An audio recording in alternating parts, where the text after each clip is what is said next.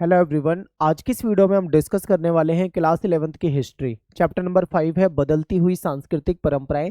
इसको यहाँ पे हम समझने वाले हैं, ठीक है।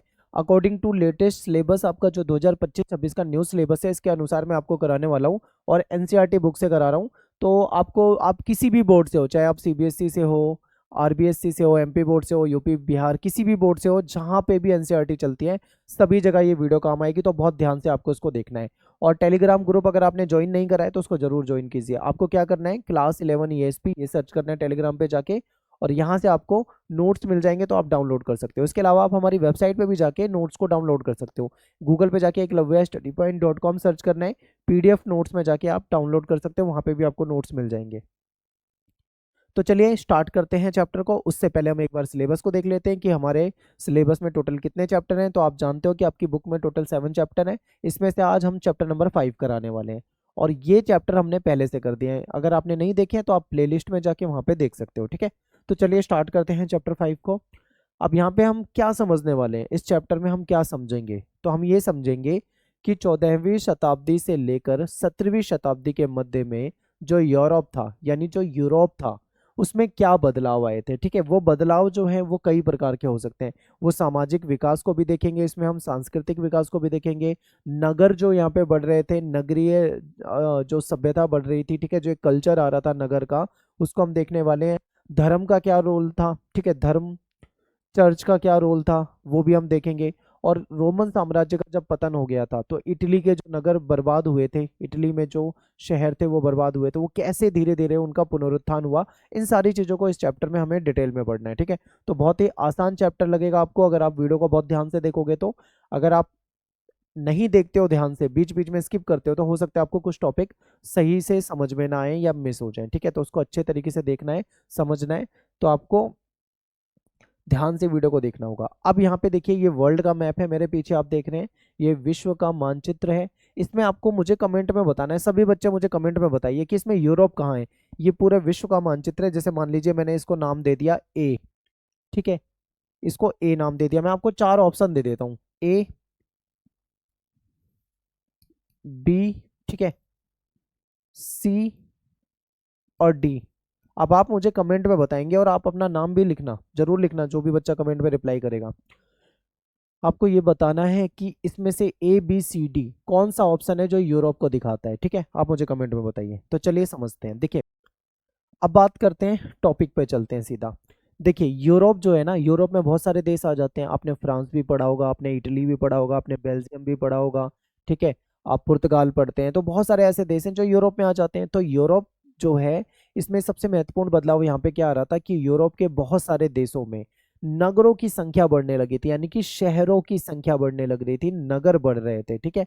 और एक विशेष प्रकार की नगरीय संस्कृति का विकास हुआ। तो यहाँ पे हमें बस एक चीज याद रखनी है कि यूरोप जो है एक महाद्वीप है, उसमें बहुत सारे देश हैं। और यहाँ पे बदलाव क्या आ रहा था कि यूरोप महाद्वीप के जो देश हैं, उन देशों में नगर बढ़ रहे थे, यानी कि शहरों की संख्या बढ़ रही थी, ठीक है। और एक नया कल्चर यहाँ पे जन्म ले रहा था, जिसको हम नगरीय संस्कृति बोलते हैं। आपने कभी देखा होगा, आपके सामने दो तरह के मैं क्षेत्र लिख देता हूँ, एक गांव है और एक नगर यानी कि शहर है, ठीक है। अब आपने गांव और नगर आपने दोनों देखे होंगे। आप गांव में गए होंगे तो आपने देखा होगा, गांव में अलग रहन सहन होता है लोगों का खान पान अलग होता है, वहाँ का कल्चर थोड़ा आपको अलग दिखेगा, ठीक है। नगरों में आप आओगे तो यहाँ पे आपको बिल्कुल अलग सिस्टम देखने को मिलता है। तो यही परिवर्तन यहाँ पे भी हो रहा था। यहाँ पे नगर बढ़ रहे थे तेजी से, ठीक है, नगर क्या थे, बहुत तेजी से बढ़ रहे थे। तो एक नया कल्चर लोगों के सामने आ रहा था।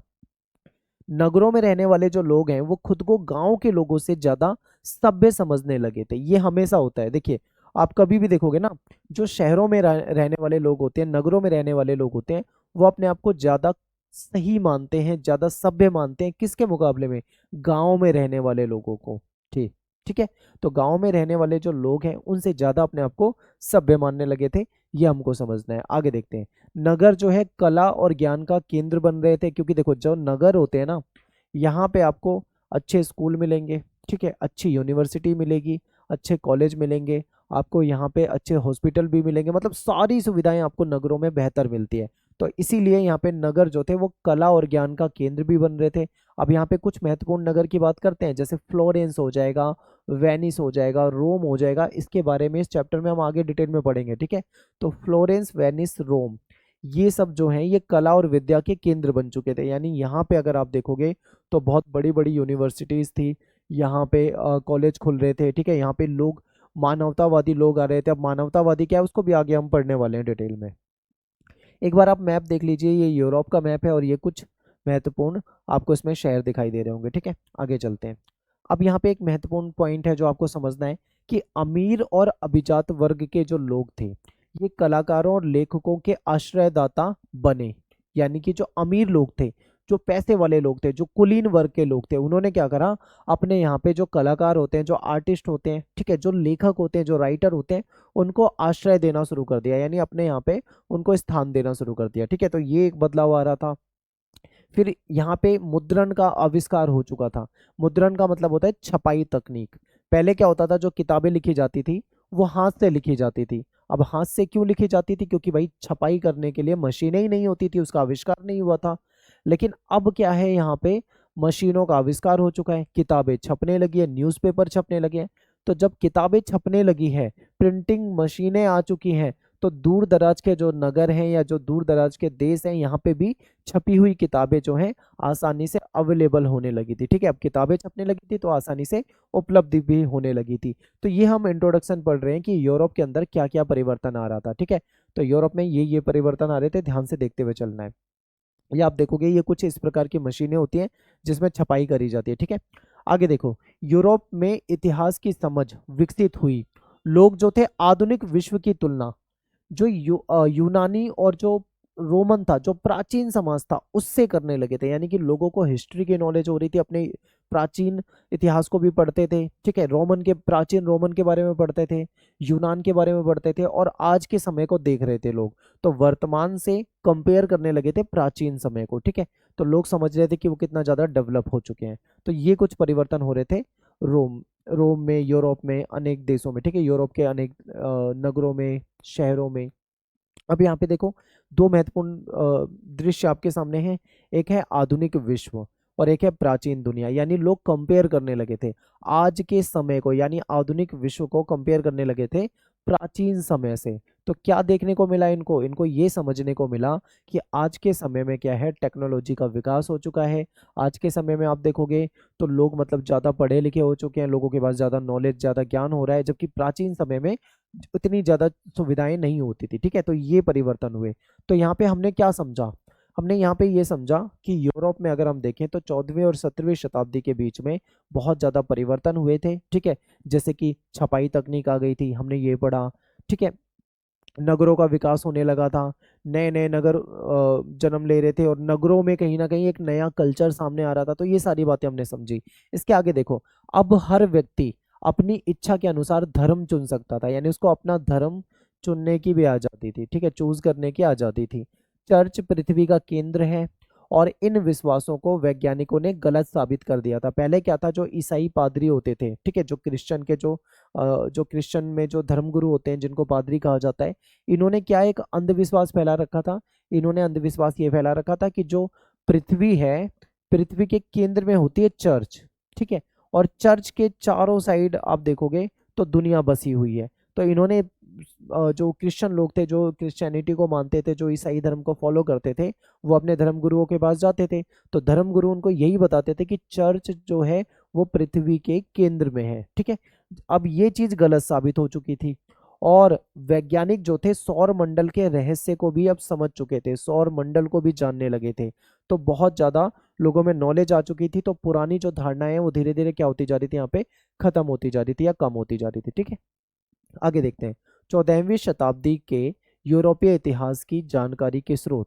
यानी इस समय के जो यूरोप का इतिहास है उसकी जानकारी हमको कहाँ से मिलती है, वो स्रोत क्या है, क्या कोई किताब से मिलती है या किसी अन्य चीज से मिलती है, हमको ये देखना है। तो देखिए, इसके मल्टीपल सोर्स थे, यानी कई सारे स्रोत हैं। जैसे कि हमको दस्तावेज यानी जो डॉक्यूमेंट मिले हैं उससे जानकारी मिल जाती है, ठीक है। इसके अलावा उस समय आप देखोगे तो जो किताबें छपी आने लगी थी, मुद्रित पुस्तकें आने लगी थी, इससे हमको जानकारी मिलने लगी थी। जो चित्र थे, ठीक है, ड्राइंग थी, उससे हमको जानकारी मिलने लगी थी। उस समय की जो मूर्तियां थी, मूर्तियों से हमको जानकारी मिलती है। और भवन और वस्त्र, इनसे जानकारी मिल जाती है। तो यूरोप के इतिहास की जानकारी हमको कहाँ से मिलती है? आप बोलोगे दस्तावेज से मिलती है, किताबों से मिलती है, चित्रों से मिलती है, मूर्तियों से मिलती है, भवनों से मिलती है, कपड़ों से मिलती है। ठीक है, तो ये सारे पॉइंट आप बता सकते हो। तो यह यूरोप और अमेरिका के अभिलेखगारों, कला चित्रशालों और जो संग्रहालय है यहाँ पे सुरक्षित है। यानी ये जो सबूत है ये कहाँ पे सुरक्षित है? ये आपको यूरोप और अमेरिका के जो अभिलेखगार है, जहाँ पे अभिलेख मिलते हैं, ठीक है, वहां पे इसको सुरक्षित रखा गया है। कला चित्रशालाओं में आपको सुरक्षित मिलेगा। जो म्यूजियम वगैरह होते हैं यहाँ पे आपको ये सारी चीजें सुरक्षित रखी मिल सकती है। ठीक है, तो यहाँ पे ये सारे स्रोत हैं जिससे लोगों को जानकारी मिली। अब बात करते हैं पुनर्जागरण। पुनर्जागरण का मतलब क्या होता है? ठीक है, पुनर्जागरण का मतलब यहाँ पे है कि मान लो कोई चीज है जो तहस नहस हो चुकी है, वो वापिस से उसको रिकंस्ट्रक्ट कर दिया जाए या फिर उसको पुनर्निर्मित कर दिया जाए। ठीक है, तो उसको पुनर्जागरण के रूप में देखते हैं, यानी एक बहुत बड़े बदलाव के रूप में देखते हैं इसको। तो चलिए समझते हैं इसका मतलब। देखिए, 19वीं शताब्दी के जो हिस्टोरियन थे, इतिहासकार थे, इन्होंने रेनेशा, शाब्दिक अर्थ है इसका पुनर्जन्म, ठीक है, शब्द का प्रयोग किया है जो उस काल के सांस्कृतिक परिवर्तन को बताता है। यानी इन्होंने एक टाइम पीरियड को रेनेसा माना है, यानी पुनर्जन्म माना है, यानी कि बिल्कुल जो एकदम बड़े लेवल पे बदलाव आ गए थे उस तरीके से इसको देखा है। और ये उस काल यानी उस समय के सांस्कृतिक परिवर्तन को बताता है, यानी कि ये बताता है कि कैसे एक पर्टिकुलर टाइम में, पर्टिकुलर काल में कैसे एकदम से सांस्कृतिक परिवर्तन हुए, लोगों का कल्चर चेंज हुआ, लोगों ने बिल्कुल नए तरीके से रहना शुरू कर दिया। ठीक है, नई चीजों को अपनाना शुरू कर दिया। तो ये सारी बातें जो है रेनेसा में आपको देखने को मिलेंगी। 1860 ईस्वी में बर्कहार्ट जो थे, इन्होंने the civilisation of the Renaissance in Italy नामक पुस्तक जो थी ये लिखी थी। इसमें लोगों का इन्होंने ध्यान आकर्षित किया। इस पुस्तक के जरिए ध्यान कहाँ पे आकर्षित करा? लोगों का ध्यान लिटरेचर की तरफ आकर्षित किया, वास्तुकला की तरफ आकर्षित किया, चित्रकला की ओर आकर्षित किया। ठीक है, और ये बताया कि इटली के नगरों में किस प्रकार एक मानवतावादी संस्कृति पनप रही है। यानी जो इटली है, इटली के जो नए नए शहर हैं, यहाँ पे किस प्रकार से एक नई संस्कृति पनप रही है जिसको मानवतावादी संस्कृति कहा जाता है। इसका जिक्र मैंने शुरू में भी करा था और अभी हम इसको डिटेल में भी करने वाले हैं। आपके मन में क्वेश्चन आ रहा होगा कि ये मानवतावादी संस्कृति जो होती है ये क्या होती है। ठीक है, तो चलिए समझेंगे। देखिए, मानवतावादी संस्कृति जो है नए विश्वास पे आधारित थी। यानी जो लोग थे पहले, पुराने जो लोग थे, उनकी जो विचारधाराएं थी वो पुरानी होती थी। ठीक है, लेकिन अब जो लोग हैं वो कहीं ना कहीं नगरीय संस्कृति में आ गए हैं। ठीक है, यानी नया कल्चर जो है उसको अपना लिया उन्होंने। तो ऐसे ही एक नई संस्कृति आई है जिसको मानवतावादी संस्कृति कहा जाता है।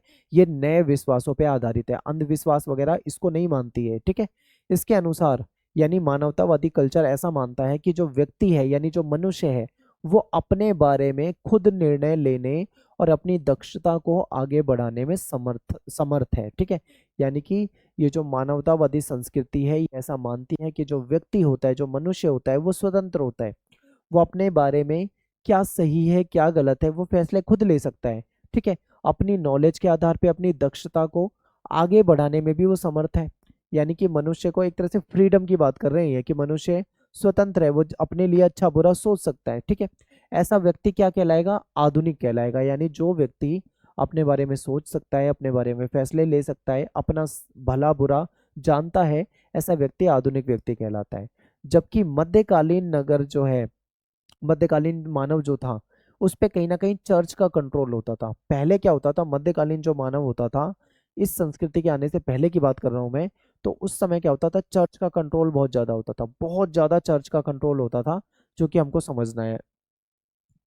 अब बात करते हैं इटली के नगरों का पुनरुत्थान। तो इटली के जो नगर थे कैसे उसमें पुनरुत्थान होता है, यानी इटली के नगरों को बहुत ज्यादा नुकसान हुआ था, बिल्कुल तहस नहस हो गए थे, कैसे वापस से वो नगर स्थापित हुए, इसके बारे में हमको यहाँ पे समझना है। ठीक है, तो देखिए, पश्चिमी रोम साम्राज्य के पतन के बाद इटली के राजनीतिक और सांस्कृतिक केंद्रों का विनाश हुआ। जैसा मैंने आपको बताया था, रोमन साम्राज्य के समय में इटली बहुत ही महत्वपूर्ण होता था, लेकिन जब रोमन साम्राज्य पश्चिमी, खासकर पश्चिमी रोमन साम्राज्य जब खत्म हो चुका था, तो इटली की राजनीतिक और सांस्कृतिक केंद्र जो थे वो पूरी तरीके से डूब गए थे, यानी विनाश हो चुका था। ठीक है, इटली एक कमजोर देश था और कई सारे टुकड़ों में ये बट गया था, क्योंकि कमजोर था इसलिए कई सारे टुकड़ों में ये देश बट चुका था। इन परिवर्तनों ने इतावली संस्कृति के पुनरुत्थान में सहायता प्रदान करी। तो ये जो परिवर्तन है, ठीक है, ये जो चेंजेस है, इटालियन जो कल्चर है, कहीं ना कहीं उसके पुनरुत्थान में इसने सहायता करी। ठीक है, अब कौन से चेंजेस ने सहायता करी है? नगरीय, अब आपको पता है नए नए नगर बस रहे हैं, लोगों में नगरीय सभ्यता यानी एक नया कल्चर आ रहा है, लोग अपने आप को गाँव के लोगों के मुकाबले ज़्यादा सभ्य मानने लगे हैं। तो ये जो परिवर्तन आ रहे थे, लोग मानवतावादी संस्कृति की तरफ आकर्षित हो रहे हैं, ये जो परिवर्तन थे ना, इसकी वजह से जो इटालियन कल्चर था वो वापस से पनप रहा था, वापस से जो खत्म हो चुका था वापस से पनपने लगा था। ठीक है, बाइजेंटाइन साम्राज्य और इस्लामी देशों के बीच व्यापार भी बढ़ रहा था। इससे इटली के जो तटवर्ती बंदरगाह हैं उन वो वापस से पुनर्जीवित हो रहे थे, उनको भी फायदा हो रहा था। ठीक है, 12वीं शताब्दी तक अगर हम आते आते बात करें तो 12वीं शताब्दी में क्या था, चाइना जो था, चाइना का मंगोलों के साथ रेशम मार्ग से व्यापार शुरू हो गया था। यानी ये व्यापार करते थे मंगोलों के साथ, और रेशम मार्ग जिसको सिल्क रूट कहा जाता है, जो कि बहुत इंपॉर्टेंट है। ठीक है, सिल्क रूट जो था यहाँ से इनका व्यापार होने लगा था। इस कारण पश्चिमी जो यूरोपीय देश थे इनके व्यापार को भी बढ़ावा मिला, और इसमें इटली के नगरों में भी कहीं ना कहीं महत्वपूर्ण भूमिका निभाई। अब इसको ना आप मैप में ज़्यादा अच्छे से समझोगे, मैं आपको मैप दिखाता हूँ। देखिए, प्राचीन मैप है, ये भारत है, भारत के ऊपर आपको यहाँ पे चीन दिखाई देगा। ठीक है, ये चीन है, मान लीजिए ये चाइना है, तो ये चाइना है, यहाँ से आपको दिखेगा एक सिल्क रूट जा रहा है, इसको सिल्क रूट कहा जाता था, जो चाइना से होते हुए जाता है, ठीक है, मध्य एशिया की तरफ, और मध्य एशिया के बाद वो जाता है यूरोप की तरफ। यानी कि ये जो रूट था, इस रूट से होता था व्यापार, और व्यापार होता तो इससे कहीं ना कहीं फायदा हो रहा था, और इस व्यापार से कहीं ना कहीं यूरोप को भी फायदा हो रहा था, एशिया को भी फायदा हो रहा था, और इटली को तो फायदा हुआ ही हुआ, वो तो हम देख ही चुके हैं। ठीक है, आगे चलते हैं। अब ये नगर एक शक्तिशाली साम्राज्य के अंग के रूप में नहीं थे, बल्कि ये स्वतंत्र नगर राज्यों का एक समूह थे। ठीक है, अब पहले के समय में क्या होता था, आपने रोमन साम्राज्य पढ़ा होगा, बड़े बड़े साम्राज्य होते थे। अब वो सिस्टम खत्म हो गया है। अब क्या है, सभी देश जो है आज़ाद हैं, स्वतंत्र हैं, और नए नए नगर यहाँ पे विकसित हो रहे हैं। तो इनका एक समूह बन चुका था, ये आपस में क्या करते थे, व्यापार करते थे। नगरों की बात करें तो यहाँ पे जो फ्लोरेंस है और वेनिस है, जो हम पहले ही पढ़ चुके हैं, ये इंपॉर्टेंट है, इसके बारे में पेपर में क्वेश्चन आता है। तो नगरों में अगर हम बात करें फ्लोरेंस की, वेनिस की, तो ये महत्वपूर्ण गणराज्य थे, और कई अन्य दरबारी नगर भी थे जिनका शासन राजकुमारों के द्वारा चलाया जाता था। ठीक है, तो यहाँ पे हमें मेन जो नगर हैं फ्लोरेंस और वेनिस, इसके बारे में इस चैप्टर में डिटेल में आगे हम पढ़ेंगे, और क्वेश्चन आपका बनता है, तो ये आपको यहाँ पे समझना है। अब देखो, सर्वाधिक जीवंत शहरों में पहला वेनिस और दूसरा जिनेवा था। सबसे बेहतर मतलब शहर उस समय के जो सबसे बेहतरीन शहर होते थे, उसमें वेनिस जो था वो पहले नंबर पे आता था। दूसरे नंबर पे यहाँ पे कौन सा आ रहा है, जिनेवा आ रहा है। ठीक है, नगर के धनी व्यापारी यानी नगरों में रहने वाले जो अमीर व्यापारी लोग होते थे, जो महाजन लोग होते थे, वो नगर के शासन में सक्रिय रूप से भाग लेते थे, जिससे नागरिकता की भावना पनपने लगी थी। तो यहाँ पे क्या था, जो अमीर लोग होते थे, पैसे वाले लोग होते थे, जो व्यापारी लोग होते थे, वो क्या करते थे, कहीं ना कहीं शासन में भी भूमिका निभाते थे। ठीक है, इस इसके तहत लोगों में नागरिकता की भावना पनप रही थी। नागरिकता का मतलब क्या है कि किसी देश के नागरिक अपने आप को समझना। ठीक है, उनके अंदर अपने देश के प्रति नागरिकता की भावना आना, कि भाई ये हमारा देश है, हमें इसे सुरक्षित रखना है, इस तरीके के भाव लोगों के मन में आने लगे थे। ठीक है, अब बात करते हैं विश्वविद्यालय और मानवतावाद, इसको समझते हैं। यूरोप में जो सबसे पहला विश्वविद्यालय था वो इटली के शहरों में स्थापित हुआ। पेपर में आ सकता है, इंपॉर्टेंट क्वेश्चन है, ये आपके एमसीक्यू में पूछा जा सकता है कि बताइए यूरोप में सबसे पहले विश्वविद्यालय जो था वो कहाँ के शहरों में स्थापित हुआ था, या कहाँ पे स्थापित हुआ था। ऑप्शन में दे देंगे इटली, फ्लोरेंस, वेनिस, इस तरीके से, या फिर आपसे मान लो कोई दूसरे देश का नाम दे सकते हैं, तो आपको वहाँ पे सही आंसर करना होगा। फिर 11वीं शताब्दी से पादुआ और बोलोनिया, ठीक है, विश्वविद्यालय जो थे ये विधि शास्त्र के अध्ययन केंद्र रहे हैं। यानी कि पादुआ जो है और जो बोलोनिया है, ये ऐसे विश्वविद्यालय हैं, ऐसे यूनिवर्सिटी है, आप इसे मान लीजिए, जहाँ पे विधि शास्त्र यानी कानून की पढ़ाई की जाती थी। ठीक है, यानी यहाँ पे कानून, ठीक है, लॉ की पढ़ाई कराई जाती है, जिसको विधि शास्त्र कहा जाता है। इसके अध्ययन के महत्वपूर्ण केंद्र बन चुके थे। नगरों के प्रमुख कार्यकलाप व्यापार और वाणिज्य से रिलेटेड होते थे। जो शहरों में जो मेन काम होता है वो क्या होता है, खेती तो नहीं होती, क्योंकि खेती तो गांव में होती है, शहरों में व्यापार होता है। ठीक है, वाणिज्य से संबंधित काम होते हैं, इसलिए यहाँ पे वकीलों की जरूरत होती थी, नोटरी की जरूरत होती थी, ठीक है, और इनकी आवश्यकता ज़्यादा होती थी। तो ऐसे में क्या था, कानून की पढ़ाई को ज़्यादा महत्व दिया जा रहा था, क्योंकि नोटरी का काम कौन करेगा, ठीक है, वकील का काम कौन करेगा, जो पढ़ा लिखा होगा, जिसने कानून की पढ़ाई करी होगी वही तो करेगा। तो इसलिए ये इंपॉर्टेंट हो रहा था। अब नोटरी क्या होता है, आपने देखा होगा जब एफिडेविट वगैरह बनता है तो उसमें एक स्टंप लगाई जाती है, ठीक है, नोटरी की एक स्टंप लगाई जाती है, वो उसको एक तरह से ऑथेंटिकेट करता है। तो ये आपके लिए समझना था, इंपॉर्टेंट है। ये नियमों को लिखते और उनकी व्याख्या करते और समझौते तैयार करते थे। ये जो वकील लोग होते थे, ठीक है, ये क्या करते थे, ये नियमों को लिखा करते थे, उनकी व्याख्या करते थे, उसको समझाते थे और अग्रीमेंट वगैरह तैयार करते थे। इसलिए कानून का जो अध्ययन है, कानून की जो पढ़ाई है, वो यहाँ पे एक प्रिय विषय बन चुका था, क्योंकि इसमें स्कोप अच्छा था। जो भी व्यक्ति कानून की पढ़ाई करता था तो उसको आगे रोजगार मिल जाता था, जिससे कि वो पैसा कमा सकता था। तो ये बहुत इंपॉर्टेंट हो जाता है, ठीक है। अब बात करते हैं मानवतावाद, बहुत इंपॉर्टेंट। अब ये मानवतावाद से क्या अभिप्राय है या मानवतावाद का क्या अर्थ है, इसको समझते हैं। तो देखिए, मानवतावाद के अनुसार इस संसार में बहुत ज्ञान है और अभी बहुत कुछ जानना बाकी है, और ये सब हम केवल धार्मिक शिक्षण से नहीं सीखते हैं।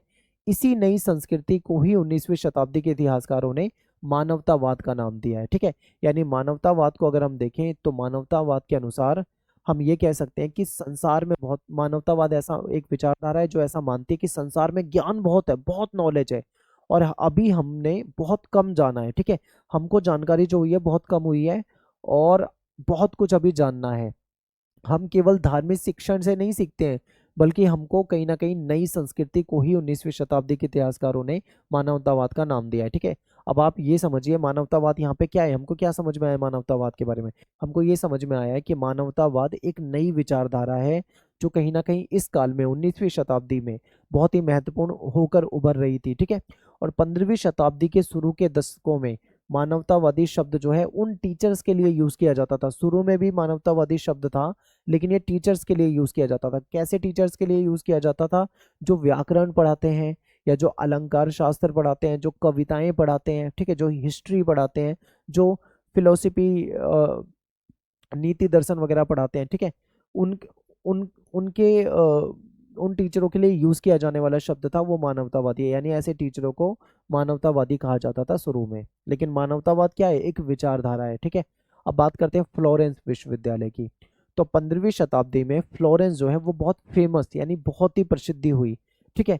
और इसमें इसकी ये जो इतना फेमस हुआ फ्लोरेंस, इसमें किसका हाथ था, दो लोगों का महत्वपूर्ण हाथ था। वो दो लोग कौन से हैं, एक है दांते अलिघरी, ठीक है, नाम याद रखना, दांते अलिघरी। दूसरे हैं जोटो। ये दोनों विद्वान हैं, इनके बारे में समझते हैं। तो दांते अलिघेरी जो हैं, इनकी वजह से जो ये आपने पढ़ा है अभी, ठीक है, फ्लोरेंस, ये बहुत ज़्यादा फेमस हुआ। फ्लोरेंस किसकी वजह से फेमस हुआ, इन दो व्यक्तियों की वजह से। तो चलिए इसको देखते हैं। ये जो थे दांते अलिघेरी, जो किसी धार्मिक संप्रदाय विशेष से रिलेटेड नहीं थे, पर इन्होंने अपनी कलम जो है वो धार्मिक विषयों पे चलाई। अब यहाँ पे हमको क्या समझना है कि ये जो दांते अलिघेरी थे, ये किसी धार्मिक संप्रदाय से संबंधित नहीं थे, लेकिन फिर भी इन्होंने धर्म के बारे में लिखा है, ठीक है। अपनी जो कलम चलाई, यानी जो लिखा है वो धर्म के बारे में लिखा है। दूसरे व्यक्ति हैं जोटो।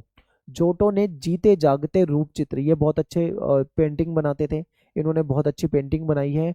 और इनकी पेंटिंग ऐसी थी, जो पहले के चित्रकार थे उनकी पेंटिंग जो थी उतनी अच्छी नहीं लगती थी, इनकी पेंटिंग बिल्कुल सजीव लगती थी, ठीक है। यानी पहले के जो पेंटर थे वो जो चित्र बनाते थे वो बेजान होते थे, लेकिन इनकी ड्राइंग बेजान बेजान नहीं थी। ये जो भी बनाते थे ऐसा लगता था कि बिल्कुल मतलब हूबहू रियल है, सब कुछ अच्छा लगता था। इसके बाद धीरे धीरे फ्लोरेंस इटली के सबसे जीवंत बौद्धिक नगर के रूप में जाना जाने लगा और कलात्मक कृतियों के सृजन का केंद्र बन गया था। तो यहाँ पे हमने क्या समझा कि जो फ्लोरेंस है ये बहुत ही महत्वपूर्ण है, इटली का सबसे इम्पोर्टेंट नगर बन चुका था, ठीक है, बौद्धिक नगर बन चुका था, क्योंकि यहाँ पे यूनिवर्सिटीज थी, यहाँ पढ़े लिखे लोग रहते थे। और बाद में कहीं ना कहीं ये महत्वपूर्ण कलात्मक कृतियों के लिए भी जाना जाने लगा था, ठीक है। एक आपके सामने पेंटिंग है, आप इसे देख सकते हो। अब बात करते हैं रेनेसा व्यक्ति। रेनेसा व्यक्ति किसे कहा जाता है, देखिए मैं आपको बता दूं, एक ऐसा व्यक्ति जिसका इंटरेस्ट ना बहुत सारी चीजों में हो। जैसे मान लो कोई व्यक्ति है, मान लीजिए ये व्यक्ति है, इसको क्रिकेट भी पसंद है, ये बहुत अच्छा क्रिकेट खेलता है, ठीक है। ये बुक भी लिख लेता है, यानी बहुत अच्छा लिखता है, बहुत अच्छा राइटर है, यानी ये बहुत अच्छा लेखक भी है। ठीक है, ये व्यक्ति अच्छी पॉलिसी बना सकता है, यानी बहुत अच्छी नीति भी बना सकता है। ठीक है, यानी एक ऐसा व्यक्ति जो बहुत सारी क्षेत्रों में, मतलब उसके अंदर टैलेंट है कि बहुत सारे क्षेत्रों में उसको बहुत अच्छी नॉलेज है। वो क्रिकेट भी जानता है, वो संगीत भी जानता है, मान लो वो राइटर भी है। तो ऐसे व्यक्ति को रेनेसा व्यक्ति कहा जाता था। ठीक है, तो चलिए देखते हैं रेनेसा व्यक्ति कौन होता है।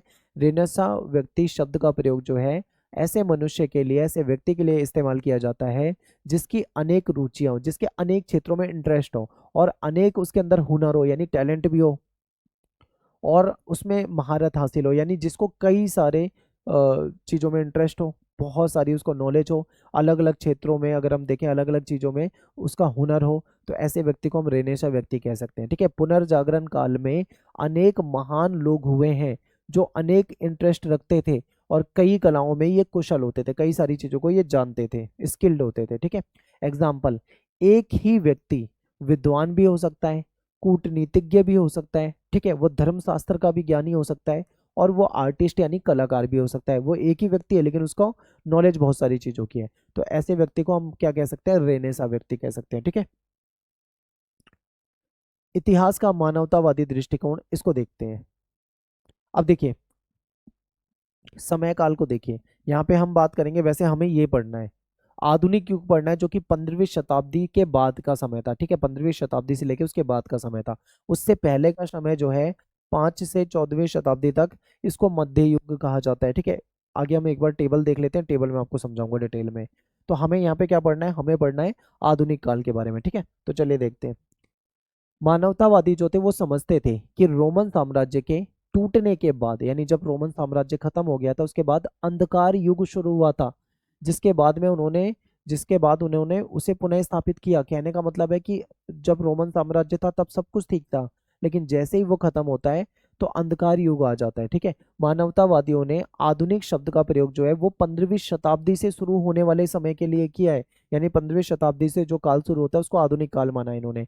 मानवतावादी और बाद के विद्वानों ने कुछ टाइम इस तरीके से दिखाया है, तो इसको समझते हैं। तो देखिए हमको क्या पढ़ना है, हमें पढ़ना है 15वीं शताब्दी, यानी आपने क्या पढ़ा था चैप्टर के शुरुआत में, 14वीं से 17वीं शताब्दी, यानी 15वीं शताब्दी उसके बाद आ जाएगी। तो इसमें हमको आधुनिक काल पढ़ना है। लेकिन इससे पहले का काल जो था, अगर हम 5वीं से 14वीं शताब्दी के काल को कहें तो वो मध्य युग का कहलाता था। अब मध्य युग में ही अगर हम देखें 5वीं से 9वीं शताब्दी, तो इसको अंधकार युग कहा जाता था, क्योंकि कहा जाता है इस समय में बहुत ज़्यादा डेवलपमेंट जो है वो यूरोप में नहीं हुआ था। ठीक है, सब कुछ मतलब बेकार चल रहा था, तो इसलिए इसको अंधकार युग के नाम से जाना जाता है। इसके बाद 9वीं से 11वीं शताब्दी को हम आरंभिक मध्य युग बोल सकते हैं, 11वीं से 14वीं शताब्दी को उत्तर मध्य युग बोल सकते हैं। ठीक है, तो इतना आपको याद करना नहीं है, आपको बस इतना याद रखना है कि हमको 15वीं शताब्दी के बारे में पढ़ना है और उसके बाद के काल के बारे में पढ़ना है, जिसको आधुनिक युग कहा जाता है। ठीक है, अब देखो बहुत सारे इतिहासकार जो है ना, उन्होंने इस काल विभाजन पे सवाल उठा दिया, उन्होंने बोला ये गलत है। क्यों बोला ये गलत है? इतिहासकार कहते हैं, देखिए इतिहासकार कहते हैं कि सांस्कृतिक समृद्धि और असमृद्धि के आधार पे हम किसी भी काल को अंधकार युग कह दें तो ये अनुचित होगा। कहने का मतलब है कि मान लो किसी काल में सांस्कृतिक विकास हुआ लेकिन किसी काल में सांस्कृतिक विकास नहीं हुआ, तो क्या जिस काल में सांस्कृतिक विकास नहीं हुआ तो उसको क्या हम अंधकार युग कह देंगे? तो ये इतिहासकार मानते हैं कि उसको अंधकार युग कहना सही बात नहीं है। ठीक है, कुछ लोग ऐसा मानते हैं, सब नहीं मानते हैं। आगे देखो, विज्ञान और दर्शन, इसमें अरबियों का क्या योगदान थे, जो अरब से आए हुए लोग थे उनका क्या योगदान था, इसको समझते हैं।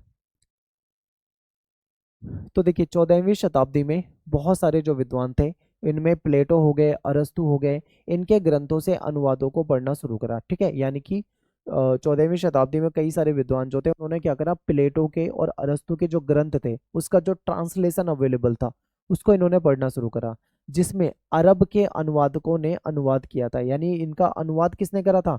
अरब के जो अनुवादक थे, जो ट्रांसलेटर थे, उन्होंने इसका अनुवाद किया था। ठीक है, यूरोप के जो विद्वान थे वो यूनानी ग्रंथों के अरबी अनुवादों का अध्ययन करते थे। जो यूरोप के विद्वान थे, क्योंकि देखो वो अरबी, वो यूनानी वगैरह जो थी, यूनानी जो लैंग्वेज में लिखे हुए थे उसके अरबी अनुवाद अनुवाद जो थे, ट्रांसलेशन जो थे, उसका इन्होंने अध्ययन करा। दूसरी ओर जो यूनानी विद्वान थे उन्होंने क्या करा, अरबी और फारसी विद्वानों की जो रचनाएं थी उसका अनुवाद ये कर रहे थे। तो ये ग्रंथ जो है प्राकृतिक विज्ञान, गणित, खगोल विज्ञान, औषधि विज्ञान और रसायन विज्ञान से रिलेटेड थे।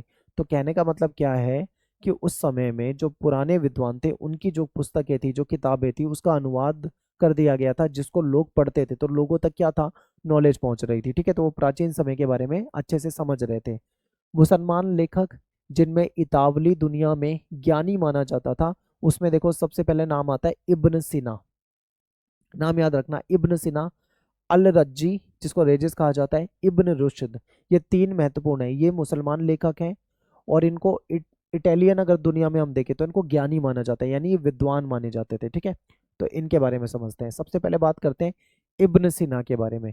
तो इब्न सीना जो है ये इतावली दुनिया में ज्ञानी व्यक्ति माने जाते हैं। अरबी का हकीम था ये व्यक्ति, बुखारा का दार्शनिक था। ठीक है, दार्शनिक मतलब फिलोसोफर था। दूसरा व्यक्ति जो है इसका नाम क्या है, अल रज्जी, एक बार आप इसे देख सकते हो। अल रज्जी जो है ये आयुर्विज्ञान विश्वकोश के लेखक हैं। इन्होंने एक डिक्शनरी लिखी है जिसको जो आयुर्विज्ञान के ऊपर है। ठीक है, तीसरे हैं इब्न रुश्द। इब्न रुश्द को एक बार आप देख सकते हैं, ये स्पेन के अरबी दार्शनिक है। ठीक है, स्पेन के अरबी दार्शनिक हैं और दार्शनिक ज्ञान और धार्मिक विचारों के बीच में तनाव को सुलझाने का इन्होंने प्रयास करा था। तो जो धार्मिक विचार थे कई बार क्या हो जाता था, तनाव हो जाता था। ठीक है, तो उसको इन्होंने सुलझाने का प्रयास किया है। अब देखो मानवतावादी जो थे अपनी बातों को अलग अलग तरह से पहुंचाने लगे थे। विश्वविद्यालय में पाठ्यचर्या यानी जो सिलेबस होता था, जो करिकुलम होता था, इसमें भी मानवतावादी विषय जो थे वो धीरे धीरे स्कूल में पढ़ाया जाने लगा। कहने का मतलब है मानवतावादी विचारधारा जो थी यूरोप में बहुत तेजी से फैलने लगी थी, स्कूलों में उनके सिलेबस तक में मानवतावादी विचारधारा पहुंच चुकी थी। ये सिर्फ इटली में नहीं बल्कि यूरोप के जो दूसरे देश थे वहां पे भी ऐसा हो रहा था। ठीक है, ये मत सोचना केवल इटली में हो रहा था। अब नेक्स्ट टॉपिक है हमारा कलाकार और यथार्थवाद, इसको समझते हैं। तो देखिए, लोगों के विचार को आकार देने का साधन मानवतावादियों के लिए केवल औपचारिक शिक्षा ही नहीं थी, बल्कि कला, वास्तुकला और ग्रंथों ने मानवतावादी विचारों को फैलाने में प्रभावी भूमिका निभाई थी। इस समय क्या था, आप ये मत सोचना कि लोगों के जो विचार हैं उसको आकार देने का साधन केवल मानवतावादियों के लिए केवल औपचारिक शिक्षा हो। औपचारिक शिक्षा नहीं बल्कि कला के द्वारा भी। ये मत सोचना केवल सिलेबस में किताब दे दी उसके द्वारा ही पढ़ाया जा रहा है मानवतावादी विचारधारा को, बल्कि कला के द्वारा, वास्तुकला के द्वारा, जो निर्माण वगैरह होता है, भवन निर्माण होता है, उसमें भी। ठीक है, ग्रंथों ने मानवतावादी विचारों को फैलाने में सबसे महत्वपूर्ण भूमिका निभाई थी। पहले के जो कलाकार थे उनके द्वारा बनाए गए जो चित्र होते थे उसके अध्ययन से नए कलाकारों को प्रेरणा मिली। अब जो नए कलाकार चित्र बना रहे थे वो पहले के कलाकारों के चित्रों के मुकाबले में काफी अच्छे होते थे। ठीक है, 1416 में दोनातल्लो, नाम है थोड़ा अजीब है, आपको याद रखना है, दोनातल्लो ने सजीव मूर्तियां बनाकर नई परंपरा कायम कर दी। यानी ऐसी मूर्तियां बनाई जो देखने में ऐसा लगता था जैसे जीवित है। इतनी सुंदर मूर्तियां, इतनी बढ़िया मूर्ति जिसे उसे देख के लगे कि इसके अंदर प्राण है। तो इन्होंने इस तरीके की मूर्ति बनानी शुरू कर दी और एक नया ट्रेडिशन शुरू कर दिया। फिर नर कंकालों का अध्ययन करने के लिए कलाकार जो थे वो आयुर्विज्ञान कॉलेज की प्रयोगशालाओं में गए। जो मनुष्य का जो कंकाल होता है, ठीक है, उसके कंकाल का अध्ययन करने के लिए जो स्टूडेंट होते थे उन्होंने क्या करा, आयुर्विज्ञान कॉलेजों में जाने लगे और उसका अध्ययन करने लगे। बेल्जियम मूल के एक व्यक्ति थे जिनका नाम था आंद्रियस वेसेलियस। ठीक है, आंद्रियस वेसेलियस, इन्होंने पादुआ विश्वविद्यालय में आयुर्विज्ञान के प्राध्यापक थे ये। तो ये बेल्जियम मूल के व्यक्ति थे जिनका नाम है आंद्रियस वेलेसियस। ये क्या थे, पादुआ विश्वविद्यालय में आयुर्विज्ञान के प्राध्यापक थे, यानी प्रोफेसर थे, उसको पढ़ाते थे, आप ये मान लीजिए। ये पहले व्यक्ति थे जिन्होंने सूक्ष्म परीक्षण यानी बहुत डिटेल में परीक्षण के लिए मनुष्य के शरीर की चीड़फाड़ करी। ठीक है, मनुष्य के शरीर की चीड़फाड़ करी, अंदर बिल्कुल डिटेल में एक एक चीज का अध्ययन इन्होंने करा, बिल्कुल गहराई से अध्ययन करा। ठीक है, रेखा गणित के ज्ञान से चित्रकार अपने परिदृश्य को ठीक तरह से समझ सकता है तथा प्रकाश के बदलते गुणों का अध्ययन करने से उनके चित्रों में भी त्रिआयामी रूप दिया। अब क्या था, रेखा गणित को लोग समझने लगे थे, मैथ को समझने लगे थे। तो रेखा गणित को समझने से कहीं ना कहीं वो आसपास की जो चीजें हैं उसको अच्छे से समझने लगे, प्रकाश के गुण जो होते हैं उसको समझने लगे थे। तो इस एक तरह से वो 3D पेंटिंग भी बनाने लगे थे, आप ये मान लीजिए। क्योंकि उनको इतनी अच्छी नॉलेज हो गई थी रेखा गणित की, अब वो 3D पेंटिंग भी बना सकते थे। लेप चित्र के लिए तेल के एक माध्यम के रूप में प्रयोग ने चित्रों को पूर्व की तुलना में अधिक रंगीन और चटक बना दिया। देखिए, पहले की जो ड्राइंग होती थी, पहले के जो चित्र होते थे, उसमें जो कलर होते थे ना, वो इतने अच्छे नहीं होते थे कि ज्यादा चटक नहीं लगते थे, मतलब धुंधले से लगते थे, थोड़े फीके से लगते थे। लेकिन अब क्या था, लेप चित्र, यानी अब पेंटिंग अलग तरीके से बनाई जा रही है। उसमें जो ऑयल पेंट टाइप का होता है ना, ऑयल पेंट, उस तरीके का कलर यूज किया जाने लगा था। तो उस कलर से अब चित्र जो होते थे वो ज्यादा रंगीन लगते थे, देखने में बहुत ज्यादा चटक दिखाई देते थे। इस तरह शरीर विज्ञान, रेखा गणित, भौतिकी और सौंदर्य की उत्कृष्ट भावना ने इटालियन जो कल्चर था, उस इटालियन जो कला थी, उसको एक नया रूप दे दिया, जिसे बाद में यथार्थवाद कहा जाने लगा था। ठीक है, अब बात करते हैं वास्तुकला, यानी कि जो भवन निर्माण की जो तकनीक होती है उसके बारे में समझते हैं।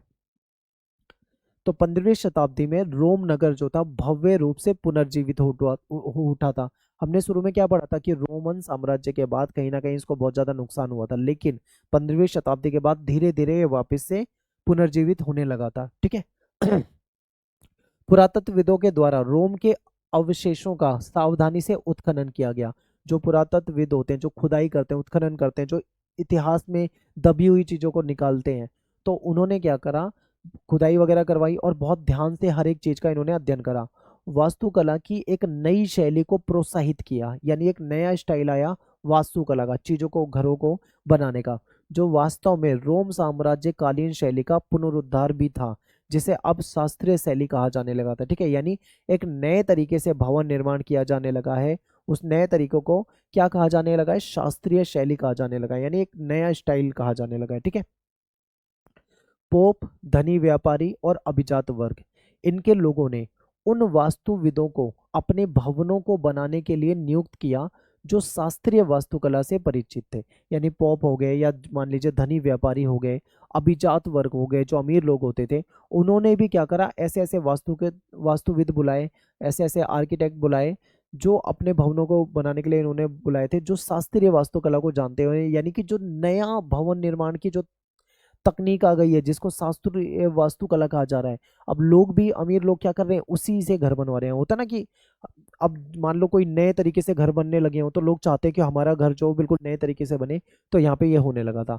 चित्रकार हो गए, शिल्पकार हो गए, इन्होंने भी भवनों को लेप चित्रों, मूर्तियों और उभरे चित्रों में सुसज्जित करना शुरू कर दिया था। ठीक है, ये भी क्या करते थे, अपनी पेंटिंग्स में जो नए नए घर होते थे या नए तरीके की चीजें होती थी, ठीक है, चाहे वो लेप चित्र हो या मान लो मूर्ति के रूप में हो, तो इन चित्रों को इन्होंने सुसज्जित करना शुरू कर दिया था। एक आपके सामने एक पेंटिंग है, इसको देखिए बहुत ध्यान से।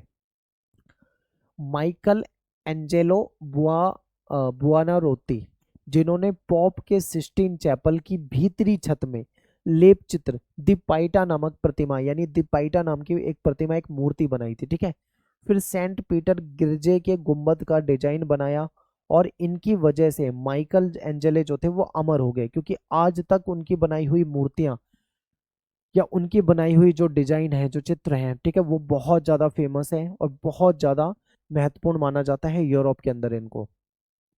फिर एक पिक्चर आपके सामने है, वास्तुकला फिलिप्पो ब्रूनलेशी, जिन्होंने फ्लोरेंस के भव्य गुंबद, ठीक है, ड्यूमियो आप देख रहे हो यहाँ पे, इसका परिरूप प्रस्तुत किया था।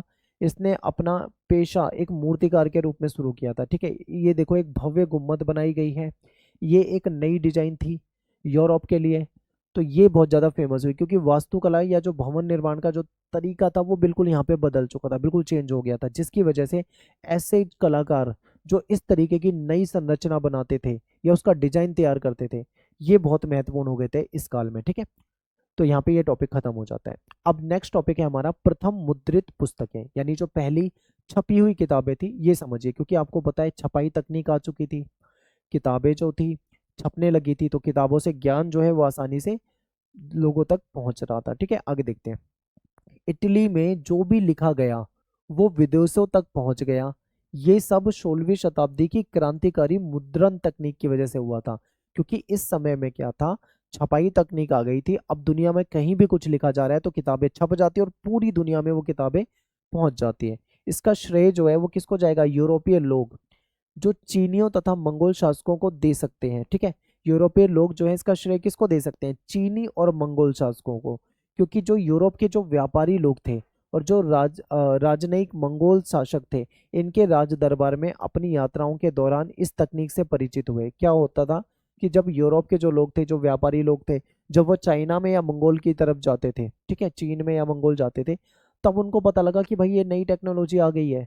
पहले उनको नहीं पता था, जब उनको पता लगा तो उन्होंने उस चीज को अपने यूरोप में, अपने देश में भी जाके बताया। तो इस वजह से क्या हुआ, ये ज्ञान जो था इधर उधर फैल गया।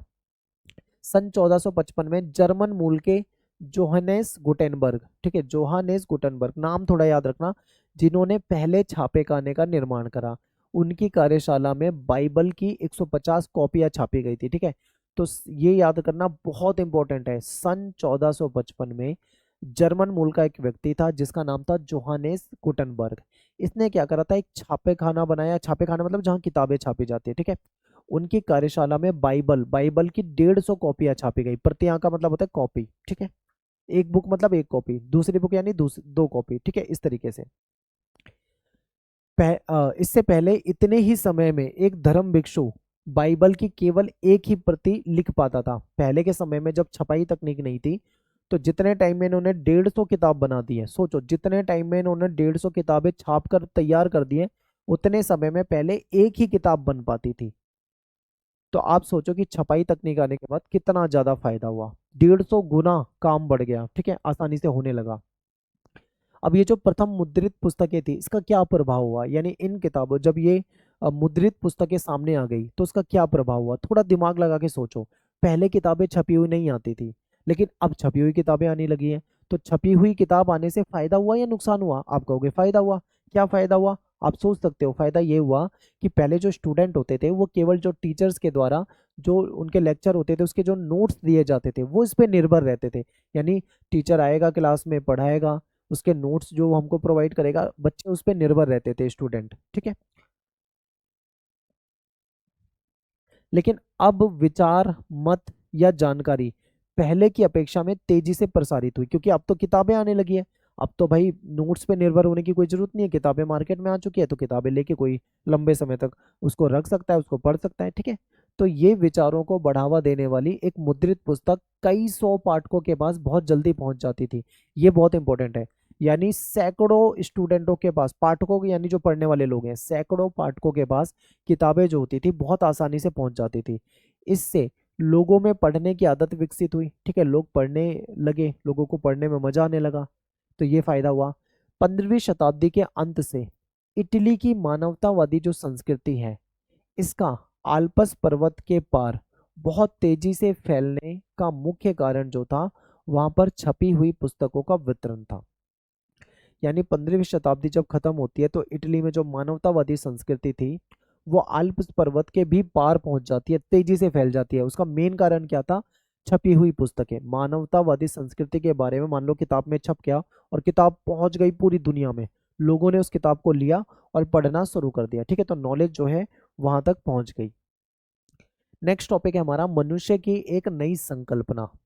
तो मानवतावादी संस्कृति की विशेषताओं में एक ये था कि मानव जीवन पर धर्म का नियंत्रण जो था वो कमजोर होने लगा था। पहले क्या होता था, पहले के समय में जो ईसाई धर्म था, उसमें चर्च जो थी वो बहुत ज्यादा कंट्रोल करती थी। ठीक है, चर्च का बहुत ज्यादा कंट्रोल था। चर्च जैसा चाहे वैसा व्यक्ति को चला सकती थी। चर्च की बातों को लोगों को मानना पड़ता था। ठीक है, पहले ये था। लेकिन जब मानवतावादी संस्कृति आई तो लोग धर्म को समझने लगे। तो इस तरीके से धर्म जो था अब कमजोर होने लगा था। इटली के निवासी भौतिक संपत्ति, शक्ति और गौरव से बहुत ज्यादा आकृष्ट थे। जो इटली के रहने वाले लोग थे, वो जो भौतिक संपत्ति होती है, जैसे भौतिक संपत्ति में क्या हो जाएगा, गहने आ जाएंगे, जमीन आ जाएगी, घर आ जाएंगे। ठीक है, ऐसी चीजें। तो इन सब चीजों की तरफ, पावर की तरफ इनका रुझान जो था बहुत ज्यादा बढ़ा। वेनिस के मानवतावादी, नाम देखना, फ्रेंचेस्को, इन्होंने एक पुस्तिका में संपत्ति अधिग्रहण करने को एक विशेष गुण कहकर उसकी तरफदारी करी। यानी इन्होंने कहा, एक अपनी एक बुक थी इनकी, फ्रेंचेस्को, इन्होंने ये कहा कि जो संपत्ति अर्जित करना है, यानी ज्यादा से ज्यादा पैसा बनाना जो है, ये एक गुण होता है। ठीक है, एक विशेष गुण है। और इसकी इन्होंने बहुत ज्यादा तारीफ करी कि पैसा इकट्ठा करना या संपत्ति जब बनाना एक गुण होता है। फिर लोरेंजो वल्ला, विश्वास करते थे कि इतिहास का अध्ययन मनुष्य को पूर्णतः यानी पूरी तरीके से जीवन व्यतीत करने के लिए प्रेरित करता है। ठीक है, ये लोरेंजो वल्ला क्या कहते हैं कि इतिहास का अध्ययन, अगर हम इतिहास को पढ़ें तो कहीं ना कहीं ये हमको एक अच्छा जीवन बिताने के लिए प्रेरित करेगा, मोटिवेट करेगा। उन्होंने अपनी पुस्तक ऑन प्लेजर में भोग विलास पर लगाई गई ईसाई धर्म की जो निषेधाज्ञा है इसकी आलोचना करी, क्योंकि ईसाई धर्म जो था वो कहीं ना कहीं कंट्रोल करता था लोगों की जो पर्सनल लाइफ है उसको। ठीक है, ईसाई धर्म कहता था कि लोगों को ज्यादा भोग विलास के चक्कर में नहीं पड़ना चाहिए। भोग विलास में बहुत सारी चीजें आ जाती है, जैसे लग्जरी जीवन जीना, और बहुत सारी चीजें आ जा सकती है जो मैं आपको नहीं बता सकता यहाँ पे। ठीक है, तो समझ जाइए आप भोग विलास में क्या क्या आ सकता है। तो इन्होंने क्या करा, इन्होंने ये कहा कि भाई ईसाई धर्म जो है ना, ईसाई धर्म कहीं ना कहीं कंट्रोल कर रहा है, लोगों की लाइफ को कंट्रोल कर रहा है। ठीक है, तो इसलिए ईसाई धर्म जो इस पे जो बैन लगा रहा है, जो प्रतिबंध लगा रहा है, उन्होंने इसकी आलोचना करी कि लोगों को भाई एक अच्छी लाइफ जीने का मौका देना चाहिए। जैसी वो लग्जरी लाइफ जीना चाह रहे हैं अपने जीवन में, उनका जो मन करे वो कर सकते हैं। तो ऐसा ये कहना चाह रहे थे। ठीक है, इस समय लोगों में अच्छे व्यवहारों के प्रति दिलचस्पी थी, अच्छे व्यवहार के प्रति लोग बहुत ज़्यादा इंटरेस्ट ले रहे थे। ठीक है, व्यक्ति को किस तरीके से विनम्रता से बोलना चाहिए, कैसे कपड़े पहनने चाहिए, और एक सभ्य व्यक्ति को किसमें दक्षता हासिल करनी चाहिए, लोगों का इंटरेस्ट इस इन सब चीज़ों में आ रहा था। यानी लोगों में एक नया ही कल्चर जन्म ले रहा था। अच्छा व्यवहार करो, अच्छे से लोगों से बात करो, विनम्रता से बात करो। ठीक है, विनम्रता से बोलना चाहिए, अच्छे कपड़े पहनो, साफ सुथरे कपड़े हों, और मतलब देखने में थोड़ा सभ्य लगने चाहिए, इस तरीके के कपड़े हों। तो इन सब चीज़ों में लोगों का जो इंटरेस्ट है वो ज़्यादा बढ़ रहा था। मानवतावाद का मतलब यह भी था कि व्यक्ति जो है विशेष सत्ता और दौलत की होड़ को छोड़कर अन्य कई माध्यमों से अपने जीवन को रूप दे सकता है। ठीक है, यानी कि जरूरी नहीं है कि इंसान केवल पैसे के पीछे भागने लग जाए। पैसे के पीछे भागना ये सब गलत है। आदमी के पास, मतलब इंसान के पास बहुत सारे तरीके हैं जिससे वो अपनी लाइफ को सुधार सकता है। ठीक है, नेक्स्ट टॉपिक है हमारा महिलाओं की आकांक्षाएं। इसको समझते हैं। तो वैयक्तिकता और नागरिकता के नए विचारों से महिलाओं को दूर रखा गया। महिलाओं को नए विचारों से दूर क्यों रखा गया? क्योंकि समाज जो था वो पुरुष प्रधान समाज था, पुरुष ही समाज को चला रहा था, पुरुष की वहां पे ज्यादा वैल्यू होती थी। ठीक है, लड़कों को ही शिक्षा देते थे उस समय में, जिससे कि उनके बाद उनके खानदानी जो पेशा है, जो बिजनेस है, ठीक है, वो आने वाली जो उनकी पीढ़ी है वो उसकी जिम्मेदारी उठा सके। लड़कियों को ज्यादा महत्व नहीं दिया जाता था। तो ये इंपॉर्टेंट है, आपको समझना है। सार्वजनिक जीवन में महिलाओं की भागीदारी जो है वो बहुत कम होती थी, ज़्यादा महिलाओं की भागीदारी नहीं होती थी, और उन्हें घर परिवार को चलाने के वाले के रूप में देखा जाता था कि महिला का काम क्या है, घर चलाएगी, खाना बनाएगी, इस तरीके से देखा जाता था। दहेज का प्रबंध नहीं हो पाता था, तो शादीशुदा लड़कियों को ईसाई मठों में भिक्षुणी का जीवन बिताने के लिए भी भेज दिया जाता था। मान लो दहेज प्रथा तो चलती ही थी यहाँ पे। मान लीजिए कोई लड़की है, ठीक है, उसके माता पिता जो है, मान लीजिए उसके माता पिता गरीब हैं। अब वो अपनी लड़की की शादी तो करना चाहते हैं, लेकिन उनके पास दहेज देने के लिए पैसा या संसाधन नहीं है। अब मान लीजिए कोई व्यक्ति है, उसकी बेटी है, वो उसकी शादी करना चाहता है, लेकिन उसके पास उतना पैसा ही नहीं है, दहेज नहीं दे पाएगा। तो ऐसे में वो क्या करेगा, मठ में भेज देगा अपनी बच्ची को, यानी अपनी बेटी को मठ में भेज देगा। वहां पे वो नन बन जाती थी, भिक्षुणी बन जाती थी। ठीक है, फिर वहां पे वो भिक्षुणी का जीवन बिताएगी, शादी वगैरह नहीं कर सकते नन बनने के बाद। ठीक है, विवाह में प्राप्त महिलाओं के दहेज को पुरुष अपने पारिवारिक कारोबारों में लगा देता था, यानी पुरुष को जो पैसा मिलता था दहेज में वो अपने बिजनेस में लगा देता था। लेकिन महिलाओं को ये हक नहीं था कि पति को कारोबार चलाने के बारे में कोई सलाह दे। ठीक है, महिलाओं को ये भी हक नहीं होता था कि पति को कोई सलाह दे कि भाई तुम ऐसे बिजनेस चलाओ या ये काम करो, इस तरीके से कोई अधिकार नहीं होता था। कारोबारी मैत्री को सुदृढ़ करने के लिए दो परिवार आपस में विवाह संबंध कर लेते थे। ठीक है, कई बार क्या होता था, अपने बिजनेस को ठीक करने के लिए और अपने संबंधों को सुधारने के लिए कई बार दो परिवार क्या करते थे, आपस में विवाह संबंध स्थापित कर लेते, यानी शादी करवा देते थे। व्यापारी परिवारों में महिलाओं की स्थिति कुछ भिन्न थी। दुकानों को चलाने में प्राय उनकी सहायता करती थी। ठीक है, जो व्यापारी लोग होते हैं, व्यापारी जो परिवार होते हैं, इसमें जो महिलाओं की स्थिति होती है वो थोड़ी अलग होती थी, क्योंकि महिलाएं यहाँ पे कुछ काम भी करती थी, जैसे दुकान को चलाने में या उनकी दुकान वगैरह चलाने में उनकी सहायता करती थी। तो व्यापारी परिवार में थोड़ी सी स्थिति अलग है, ये मानना है। व्यापारी परिवारों में यदि व्यापारी की कम उम्र में मृत्यु हो जाए, मान लो कोई व्यापारी है, कोई व्यक्ति है, उसकी शादी हो गई है या कम उम्र में उसकी मृत्यु हो गई है उसके बाद, तो उसकी जो पत्नी है वो सार्वजनिक जीवन में बड़ी भूमिका निभाने के लिए मजबूर हो जाती थी। ठीक है, यहाँ पे आपको एग्जाम्पल से समझाता हूँ। मान लो एक लड़का है, एक लड़की है, इन दोनों की शादी हो जाती है। ठीक है, और ये लड़का जो है व्यापारी है, बिजनेस करता है। अब महिलाओं को ज़्यादा अधिकार नहीं है, हम पढ़ चुके हैं। लेकिन मान लो उसकी डेथ हो गई, अब ये आदमी खत्म। तो अब ये महिला जो है वो सार्वजनिक जीवन में महत्वपूर्ण भूमिका निभा सकती है। वो व्यापार भी करेगी, वो वस्तुओं को बेचेगी, खरीदेगी। मतलब जिस तरीके से वो आदमी बिजनेस करता था, ऐसे वो महिला भी बिजनेस कर सकती है। ठीक है, उस काल की कुछ महिलाएं ऐसी भी थी जो बौद्धिक रूप से रचनात्मक थी, जो बहुत ही इंटेलिजेंट महिला थी, बहुत ही क्रिएटिव महिला थी। ऐसी भी कुछ महिलाएं हुई है उस काल में। ठीक है, जैसे वेनिस निवासी कसांद्रा फेदेले। ठीक है, वेनिस निवासी कसांद्रा फेदेले। फेदेले ने लिखा है कि यद्यपि महिलाओं को शिक्षा ना तो पुरस्कार देती है, ना किसी सम्मान का आश्वासन देती है, तथापि प्रत्येक महिला को सभी प्रकार की शिक्षा को प्राप्त करने की इच्छा रखनी चाहिए। ठीक है, ये कह रहे हैं कि महिला को शिक्षा ना तो कोई सम्मान दे रही है समाज में, ना ही उसको कोई विशेष प्रकार का कुछ मतलब लाभ मिल रहा है, लेकिन फिर भी महिला को एजुकेशन प्राप्त करने के लिए इच्छा रखनी चाहिए। ठीक है, ऐसा ये कहते हैं। फेदेले का नाम यूनानी और लातिनी भाषा के विद्वानों के रूप में विख्यात था। इन्होंने इन्हें जो था ये पादुआ विश्वविद्यालय में भाषण देने के लिए आमंत्रित किया गया था। ठीक है, इनको बुलाया गया था कि पादुआ विश्वविद्यालय में आइए और यहाँ पे भाषण दीजिए, लेक्चर दीजिए, क्योंकि भाई इंटेलिजेंट रहे होंगे इसलिए। नेक्स्ट है मंटुआ की मार्चिसा इसाबेले दी इस्ते। अब ये थोड़े से नाम इतने बड़े हैं कि आपको याद करने में बड़ी दिक्कत आ सकती है, तो एक बार आप देख लीजिए इनको, फिर मैं आपको बताता हूँ। ठीक है, देखिए, इन्होंने अपने पति की अनुपस्थिति में अपने राज्य पे शासन किया, यानी इनके पति उस समय अवेलेबल नहीं थे या अनुपस्थित थे, तो इन्होंने वहां पे शासन करा। मंटुआ जो थे एक छोटा सा राज्य होता था, उसका राज दरबार अपनी बौद्धिक प्रतिभा के लिए प्रसिद्ध था, क्योंकि राज दरबार में जो लोग होते थे बहुत इंटेलिजेंट लोग होते थे, इसलिए ये बहुत ज्यादा फेमस होता था। ठीक है, महिलाओं की रचनाओं से उनके इस दृढ़ विश्वास का पता चलता है। उन्होंने पुरुष प्रधान समाज में अपनी पहचान बनाने के लिए अधिक आर्थिक स्वायत्त संपत्ति और शिक्षा मिलनी चाहिए। ठीक है, ये कहा गया था कि अगर कोई महिला, मान लो क्योंकि समाज जो है पुरुष प्रधान है, उस पुरुष प्रधान समाज में कोई महिला अगर अपना विकास करना चाहती है, अपना नाम बनाना चाहती है, तो उसके लिए उसको आर्थिक स्वायत्ता मिलनी चाहिए। ठीक है, पैसों की उस पर कोई बंदिश ना हो, संपत्ति मिलनी चाहिए, उसको अच्छी एजुकेशन मिलनी चाहिए। अगर एजुकेशन मिल पाएगी तब वो स्वायत्त हो सकती है। ठीक है, आगे देखो, उस काल की कुछ महिलाएं बौद्धिक रूप से बहुत ही रचनात्मक थी, बहुत ही इंटेलिजेंट थी, बहुत ही ज्यादा क्रिएटिव थी। ठीक है, तो यहाँ पे एक टॉपिक खत्म हो जाता है।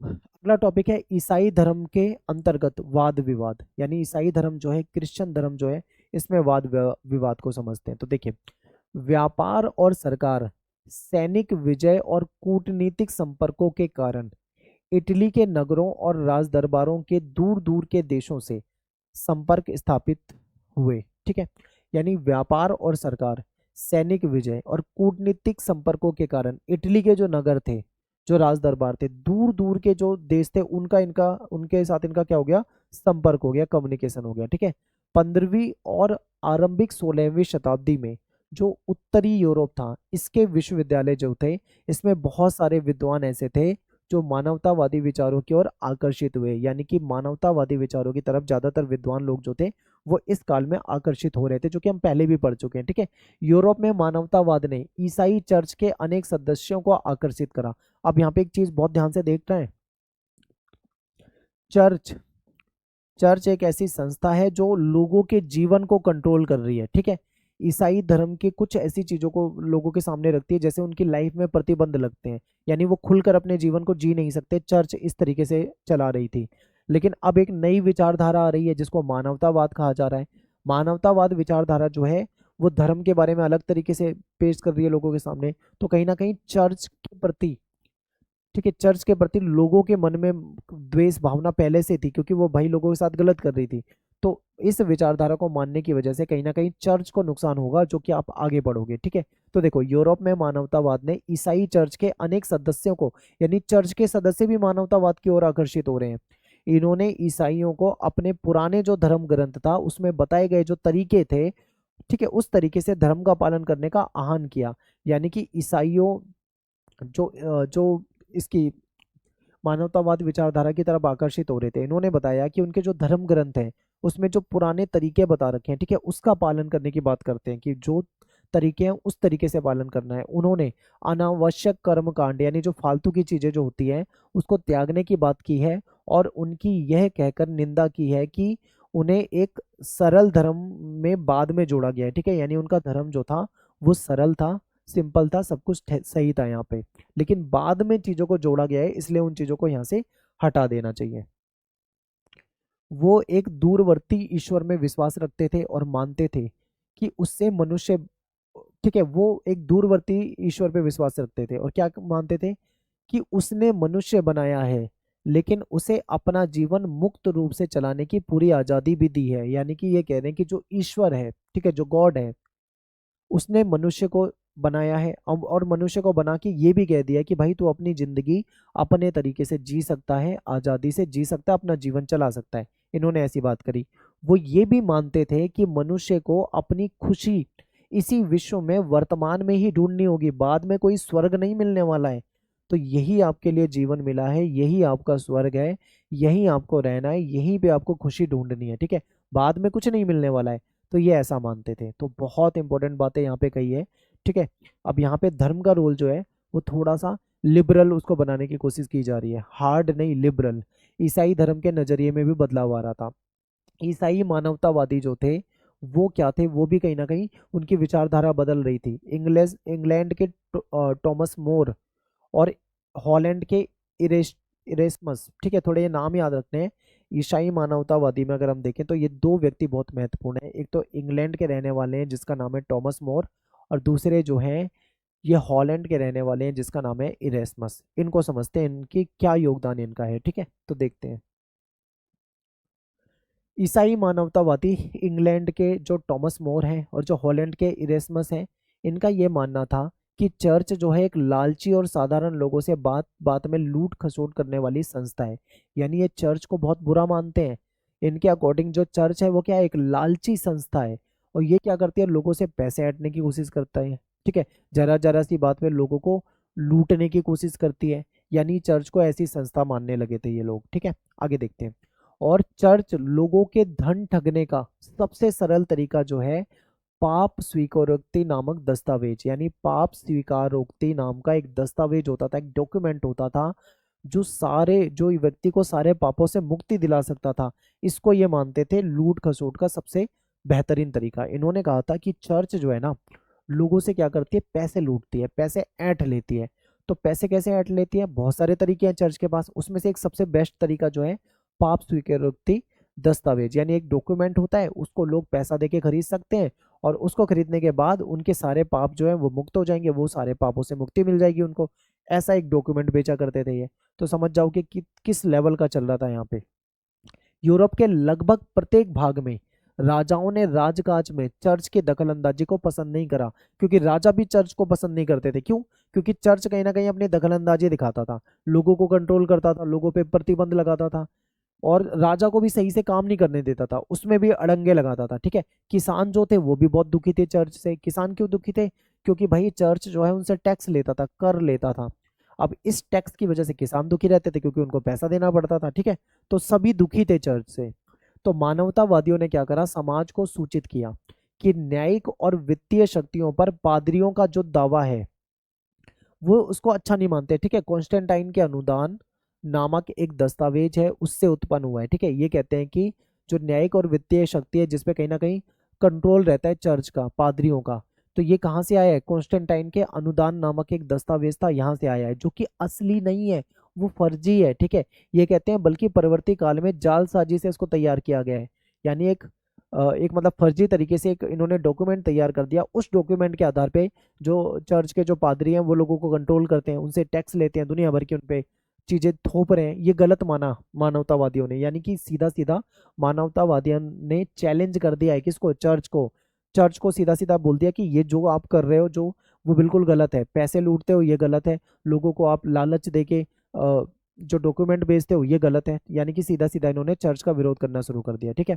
इसके बाद क्या था, अब सोचो ईसाई धर्म के खिलाफ कोई बोल नहीं सकता था, एक टाइम ऐसा था, लेकिन इस समय एक नई विचारधारा आ रही थी जिसको हम मानवतावादी विचारधारा कहते हैं। इसके तहत लोग खुलकर बोलने लगे थे ईसाई धर्म के बाद, ठीक है। अब देखो कुछ सुधार होते हैं जिसको कहा जाता है प्रोटेस्टेंट सुधार, इसको समझते हैं। 1517 में एक जर्मन युवा भिक्षु था जिसका नाम था मार्टिन लूथर। बहुत इंपॉर्टेंट है। मार्टिन लूथर ने तो सीधा सीधा कैथोलिक चर्च जो थी उसके खिलाफ अभियान छेड़ दिया। इन्होंने सीधा सीधा मतलब अभियान छेड़ दिया। इसके लिए उसने दलील पेश करी। क्या कहा इसने कि मनुष्य को ईश्वर से संपर्क साधने के लिए किसी भी तरीके से किसी बिचौलिए यानी पादरी की आवश्यकता नहीं है। अगर मनुष्य ईश्वर से संपर्क साधना चाहता है, मनुष्य अगर ईश्वर से अपना मतलब ईश्वर के प्रति अपने मन में भक्ति भाव रखता है तो किसी भी पादरी की आवश्यकता उसको नहीं है। इन्होंने सीधा सीधा ये बोल दिया। लूथर ने अपने फॉलोवर्स को आदेश दिया कि वो ईश्वर में पूरा विश्वास रखें, क्योंकि केवल उनका विश्वास ही उन्हें एक सम्यक जीवन, एक बेहतरीन जीवन की ओर ले जा सकता है, ठीक है, और उन्हें स्वर्ग में प्रवेश दिला सकता है। और इस आंदोलन ने प्रोटेस्टेंट सुधारवाद का नाम इसको दिया गया था। यानी मार्टिन लूथर ने लोगों को जागरूक करना शुरू कर दिया और पादरियों के खिलाफ भड़काना शुरू कर दिया, आप ऐसा मान लीजिए। जर्मनी और स्विट्जरलैंड के चर्च ने पॉप तथा कैथोलिक चर्च से अपने संबंध खत्म कर दिए। इसका असर क्या हुआ, जर्मनी और स्विट्जरलैंड के जो चर्च थे उन्होंने, जो पॉप होते थे, जो कैथोलिक चर्च होती थी, जो बहुत जिसकी मान्यता थी, उससे अपने रिलेशन ही खत्म कर दिए। उसने बोला हमारे इससे कोई संबंध नहीं है। और क्या परिवर्तन हुआ, व्यापारियों के समर्थन से सुधारकों की लोकप्रियता शहरों में अधिक थी। यानी ये जो समाज सुधारक रहे हैं, चाहे लूथर जैसे हो गए या इससे पहले जो हो गए, ये व्यापारियों का समर्थन इनको प्राप्त था, तो ये शहरों में बहुत ज़्यादा लोकप्रिय थे। लेकिन गाँव की बात करें तो गाँव के इलाकों में अभी भी कैथोलिक चर्च जो है उसका प्रभाव बना हुआ है। गाँव में ज़्यादा असर नहीं हुआ, शहरों में बहुत असर हुआ है इसका, क्योंकि कोई भी चीज़ शुरू होती है ज़्यादातर शहरों से ही आपको देखने को मिलेगी शुरू होती है, ठीक है। यूरोप के ज़्यादातर क्षेत्र की जो थे क्षेत्रों की तरह फ्रांस में भी कैथोलिक चर्च ने प्रोटेस्टेंट लोगों की अपनी पसंद के अनुसार उपासना करने की छूट दे दी। अब देखो, जब चर्च को ऐसा लगा कि लोग उनके खिलाफ आंदोलन कर रहे हैं, ठीक है, लोग उनके खिलाफ हो रहे हैं, ऐसा चर्च को जब महसूस हुआ तो चर्च ने भी बोल दिया। क्या बोला कि आप अपनी मर्जी से अपने तरीके से पूजा पाठ उपासना जो करना चाहते हो कर सकते हो, कोई दिक्कत नहीं है, छूट दे दी। आगे देखो, इंग्लैंड के शासकों ने, इंग्लैंड के जो राजा थे, उन्होंने भी पॉप से अपने संबंध जो थे वो तोड़ दिए और चर्च के प्रमुख बन गए, ठीक है। जो पॉप होते थे, ठीक है, जो कि रोम में रहा करते थे, उनसे इन्होंने अपने संबंध खत्म कर लिए। अब दूसरा सुधार है कैथोलिक सुधार। चर्च ने स्वयं में सुधार करने शुरू कर दिया। अब चर्च को लग गया था कि भाई अब नहीं चलेगा सिस्टम, अब हमें कहीं ना कहीं चेंजेस करने पड़ेंगे क्योंकि जनता उनके खिलाफ हो रही है। तो स्पेन और इटली में जो पादरी थे, इन्होंने सादा जीवन और निर्धनों की सेवा पर जोर दिया। यानी इन्होंने अपने अंदर बदलाव करा, क्योंकि पादरी जो थे, इन्होंने सोचा कि अगर हम ही बदलाव करेंगे, हम लोगों को समझाएंगे तो कहीं ना कहीं चीज़ें ठीक हो जाएगी। तो इन्होंने क्या करा, इन्होंने एक सिंपल जीवन बिताना शुरू कर दिया और जो गरीब लोग होते थे उनकी सेवा करना शुरू कर दिया, ठीक है। स्पेन में प्रोटेस्टेंट लोगों से संघर्ष करने के लिए इग्नेशियस लोयोला ने 1540 में सोसाइटी ऑफ जीसस नामक एक संस्था बना दी, ठीक है, और उसके अनुयायी जो थे वो जेसुइट कहलाते थे। अब देखो ये संस्था क्यों बनी है, ये संस्था क्यों बनी है, ध्यान से समझिए। क्योंकि यहाँ पे जो स्पेन में जो प्रोटेस्टेंट लोग हैं, इनसे संघर्ष करने के लिए बनाई है, ठीक है, एक संस्था बना दी है, ताकि क्योंकि ये लोग चर्च का विरोध कर रहे थे तो इसलिए इन्होंने एक संस्था बनाई है। इनका मेन जो उद्देश्य था वो क्या था, निर्धनों की सेवा करना, यानी जो गरीब लोग हैं उनकी सेवा करनी है। दूसरी संस्कृतियों के बारे में अपने ज्ञान को ज़्यादा व्यापक बनाना, यानी दूसरा जो कल्चर है, दूसरे जो धर्म के लोग हैं उनके बारे में भी नॉलेज लेनी है। तो ये जेसुइट लोग जो थे दुनिया भर में जाते थे, अलग अलग देशों में जाते थे, वहाँ के कल्चर को देखते थे, वहाँ के धर्म के बारे में जानकारी लेते थे, ठीक है। नेक्स्ट है हमारा टॉपिक कॉपरनिकस क्रांति। ये भी बहुत महत्वपूर्ण है। ईसाइयों की प्राचीन धारणा क्या थी, ईसाई पहले क्या मानते थे, ईसाई ये मानते थे कि जो पृथ्वी होती है उसका केंद्र जो होता है वहाँ पे चर्च होती है, ठीक है, ऐसा कुछ मानते थे। अब देखो, ईसाइयों को ऐसा विश्वास था कि पृथ्वी जो है पापों से भरी हुई है, ठीक है, और पापों की अधिकता के कारण वो स्थिर है। अब ये क्या मान रहे हैं कि ये जो पृथ्वी है इसके केंद्र में चर्च है, पहले ये माना जा रहा था, और यहाँ पे बहुत सारे लोग रहते हैं इस पृथ्वी में। अब ये जितने भी लोग हैं ये पाप करते हैं, पापों से भरी हुई है, इसलिए ये जो पृथ्वी है स्थिर है, ये रुकी हुई है एक जगह पे, फिक्स है, आप ऐसा मान लीजिए, स्थिर मान लीजिए, ठीक है। तो ये कहते थे कि ईसाइयों का पहले ये मानना था कि पृथ्वी जो है पापों के कारण, बहुत ज्यादा यहाँ पे पाप है इसलिए ये स्थिर है। पृथ्वी जो है वो ब्रह्मांड के बीच में स्थिर है, रुकी हुई है, जिसके चारों ओर खगोलीय ग्रह घूम रहे हैं। यानी पृथ्वी तो रुकी हुई है लेकिन ग्रह जो है वो इसके चारों ओर घूम रहे हैं। ठीक है, पहले ऐसा माना जाता था। वैज्ञानिकों द्वारा प्राचीन धारणा में परिवर्तन, लेकिन जब वैज्ञानिक थे उन्होंने इस चीज को समझ लिया। ये जो पृथ्वी का रहस्य था, सौरमंडल का रहस्य था, वैज्ञानिक तो खोज बैठे थे, वो तो समझ चुके थे ऐसा कुछ नहीं है। तो कोपरनिकस ने ये घोषणा की कि पृथ्वी समेत सारे ग्रह जो हैं वो सूर्य के चारों ओर परिक्रमा करते हैं। ठीक है, इसे उसने अपनी पांडुलिपि द रिवोल्यूनिबिस में बताया था। तो यहाँ पे इन्होंने बिल्कुल नया एकदम कॉन्सेप्ट रख दिया कि पृथ्वी और जो अन्य ग्रह हैं वो सूर्य, यानी मान लीजिए ये सूर्य है, इसके चारों ओर चक्कर लगा रहे हैं। ठीक है, इन्होंने ये नई बात सामने रख दी। पहले क्या माना जाता था कि पृथ्वी तो स्थिर है, लेकिन उन्होंने बोल दिया पृथ्वी चक्कर लगा रही है, तो परिवर्तन आ गया। फिर खगोल शास्त्री जोहानेस केपलर जो थे और गैलीलियो गैलीली जो थे, इन्होंने भी अपने लेख में स्वर्ग और पृथ्वी के अंतर को समाप्त कर दिया। ठीक है, कि कोई स्वर्ग वगैरह नहीं है, इन्होंने ये चीज भी कर दिया। केपलर ने अपने ग्रंथ कॉस्मोग्राफिकल मिस्ट्री जो है खगोलीय रहस्य, इसमें कोपरनिकस का जो सूर्य और केंद्रित सौरमंडलीय सिद्धांत था उसको और ज्यादा लोकप्रिय बनाया, जिससे ये सिद्ध हो गया कि सारे ग्रह जो हैं वो सूर्य के चारों ओर वृत्ताकार रूप में नहीं बल्कि दीर्घ वृत्ताकार मार्ग पर परिक्रमा करते हैं। जैसे मान लो ये सूर्य है तो इस तरीके से परिक्रमा करते हैं। ठीक है, इस तरीके से। तो उन्होंने ये चीज साबित कर दी। गैलीलियो ने क्या करा, अपना ग्रंथ, इसका ग्रंथ था दी मोशन, इसमें गतिशील विश्व के सिद्धांतों की पुष्टि करी। इन्होंने विज्ञान के जगत में इस क्रांति ने न्यूटन के जो गुरुत्वाकर्षण वाला सिद्धांत था इसके साथ अपनी पराकाष्ठा की ऊंचाई छू लिया। यानी कहने का मतलब यहाँ पे क्या है, यहाँ पे ये समझ रहे हैं कि जो ईसाई धर्म में जो पहले मान्यता थी कि ऐसा होता है वैसा होता है, पृथ्वी रुकी हुई है, पृथ्वी में पाप बढ़ा हुआ है, जो चर्च होती है वो पृथ्वी के केंद्र में होती है, ये दुनिया भर की जो बातें चला रहे थे, अब इन सब चीजों को गलत साबित कर दिया। किसने गलत साबित कर दिया? वैज्ञानिकों ने, और उन्होंने अलग अलग तर्क दे दिए। ठीक है, ब्रह्मांड का अध्ययन, नेक्स्ट टॉपिक। गैलीलियो ने एक बार टिप्पणी की कि बाइबल जिस स्वर्ग का मार्ग आलोकित करती है, यानी कि बाइबल हमें जिस स्वर्ग के बारे में बताती है, जिसमें स्वर्ग का जिक्र है, वे स्वर्ग किस प्रकार चलता है उसके बारे में हमको कुछ नहीं बताती। कि उस स्वर्ग में कैसा जीवन है, स्वर्ग में कैसे जाते हैं, वहां पे कौन से लोग रहते हैं, क्या शासन व्यवस्था, कुछ नहीं बताती। ठीक है, इन विचारकों ने हमें बताया कि ज्ञान जो है विश्वास से हटकर अवलोकन और प्रयोगों पर आधारित होता है। ज्ञान जो है केवल ये विश्वास कर लेना नहीं, जैसे धर्म में लोग विश्वास कर लेते हैं तो जरूरी नहीं है वो ज्ञान हो।